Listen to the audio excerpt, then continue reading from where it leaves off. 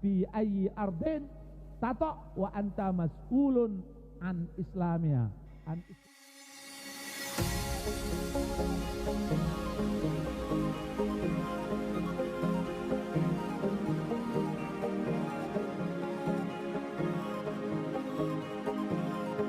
A'udzubillahi minasyaitonirrajim. Bismillahirrahmanirrahim. Assalamualaikum warahmatullahi wabarakatuh.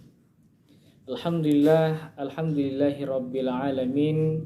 Wassalatu wassalamu ala asyrafil anbiya'i wal mursalin wa ala alihi wa ashabihi ajma'in, amma ba'du.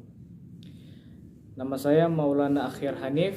Saya mahasantri di Sekolah Tinggi Ilmu Tarbiyah Ar-Raudatul Hasanah semester 3 Pendidikan Bahasa Arab.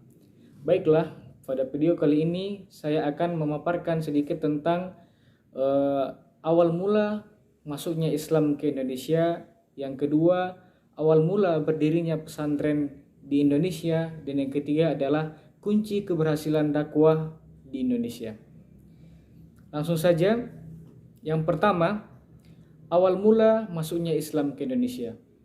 Menurut Ahmad Mansur Suryanegara, masuknya Islam ke Indonesia ada 3 teori. Yang pertama, teori Gujarat, yaitu di mana para pedagang dari India membawa ajaran agama Islam dan menyiarkannya di Indonesia. Yang kedua, teori Makkah, di mana orang-orang Arab, para ulama datang ke Indonesia mengajarkan, menyampaikan ajaran agama Islam.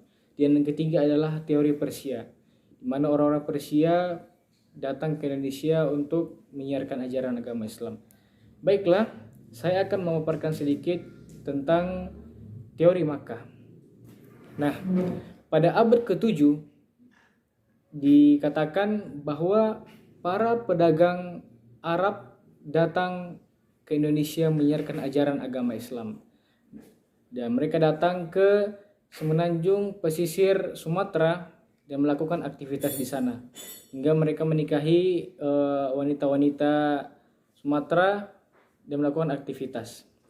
Namun dapat kita percayai bahwa yang datang ke Indonesia bukanlah para pedagang lalu menyiarkan ajaran agama Islam berdakwah, tetapi mereka dapat kita percayai bahwa mereka adalah para ulama, orang yang berilmu, datang ke Indonesia dan menyiarkan berdakwah ajaran agama Islam sekalian berdagang. Nah, baiklah, yang kedua adalah awal berdirinya pesantren di Indonesia. Sebelumnya saya akan memaparkan tentang apa kunci keberhasilan dakwah di Indonesia. Nah, kunci keberhasilan dakwah di Indonesia ada beberapa poin-poin penting. Yang pertama yakni ajaran agama Islam tidak menentang atau menyalahi ajaran adat istiadat yang ada di Indonesia. Seperti yang kita ketahui bahwa Indonesia memiliki berbagai macam adat dan istiadat. Nah, Islam datang tidak serta-merta menolak keras atau melarang adat istiadat, namun hal-hal yang berbau syirik itu yang dihapuskan.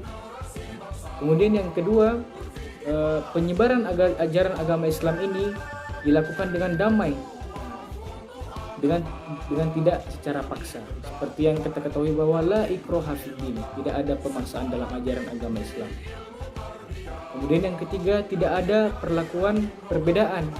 Seperti yang kita ketahui bahwa agama-agama lain ada kasta-kastanya, seperti Brahmana, Hindu itu seperti itu, ada kasta-kastanya. Kemudian yang keempat, agama Islam itu sendiri datang penyebarannya di Indonesia itu bertepatan dengan kemunduran kerajaan Hindu dan Buddha di Indonesia. Nah, selain daripada para pedagang datang ke Indonesia atau teori-teori tadi, penyebaran agama Islam di Indonesia itu juga didukung oleh para wali-wali Songo dari Pulau Jawa. Selanjutnya, bagaimanakah awal mula berdirinya pesantren di Indonesia? Awal mula berdirinya pesantren di Indonesia yakni dikatakan bahwa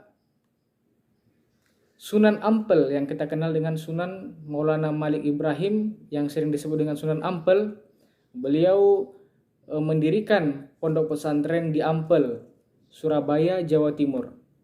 Di mana inilah yang dikatakan sebagai awal mula atau peletak dasar-dasar pertama pondok pesantren di Indonesia.